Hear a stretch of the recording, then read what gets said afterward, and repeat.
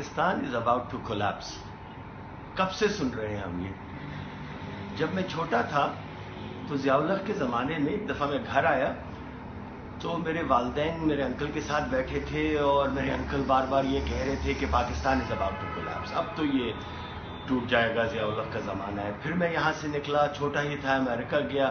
امریکہ میں Rutgers university میں پڑھتا تھا. 1 سال کے لیے میں پاکستان اسٹوڈنٹس ایسوسی ایشن کا پریزیڈنٹ بنا. سارے پاکستانی اسٹوڈنٹس جو وہاں پر تھے مجھے کہنے لگے کہ کیا کر رہے ہیں آپ، کس لیے پاکستان پروموٹ کر رہے ہیں، Pakistan is not going to last, Pakistan is about to collapse. Then اس کے بعد پھر وہاں سے وال اسٹریٹ پہ پہنچے ہم.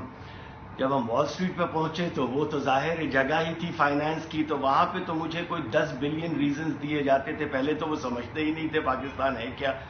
Back in the 80s late 80s Palestine کہتے رہتے تھے.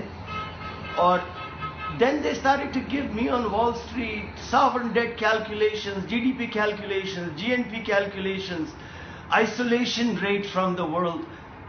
اس کے بعد پھر میرے بچے ہوئے. جب بچوں کو ماشاءاللہ ایک دن میں اسکول میں بڑے والے کو لے کے گیا نرسری میں ایڈمٹ کرانے کے لیے، تو وہاں جو ان کی ٹیچر تھیں اتفاق سے ان خاتون کے شوہر جو تھے امریکن، وہ اسٹیٹ ڈپارٹمنٹ کے لیے کام کرتے تھے. جیسے ان کو پتہ چلا کہ میں پاکستانی ہوں اور بچے بھی پاکستانی ہیں تو فٹ سے انہوں نے کہنا شروع کیا، oh Pakistan is not going to last, you know my husband tells me.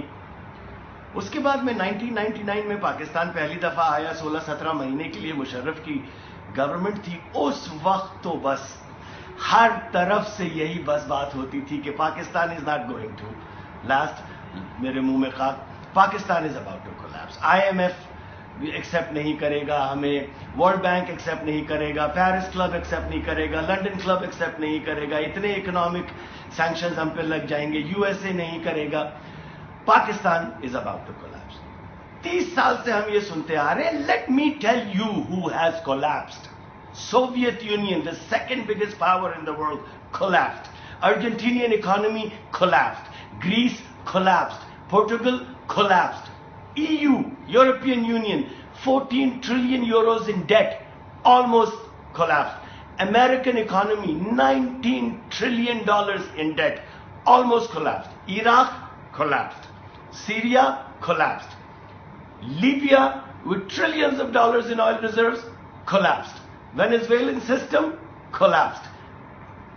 Euro, the currency itself is about to collapse. Zimbabwe collapsed. Congo had the best diamond reserves, it collapsed. Liberia collapsed. Libya, جیسے میں نے پہلے کہا, collapsed.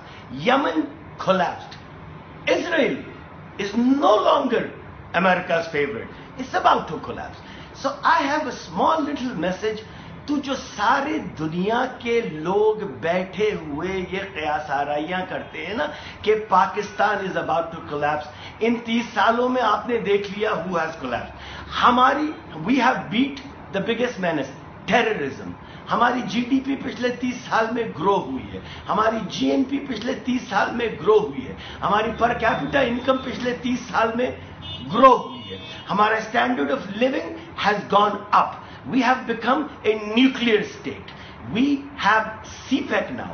So to all the people who are waiting for Pakistan to collapse, آپ اور میں آئیں گے چلے جائیں گے, ہمارے بچے آئیں گے چلے جائیں گے, ہمارے گرینڈ چلڈرن آئیں گے چلے جائیں گے. Pakistan is here to stay.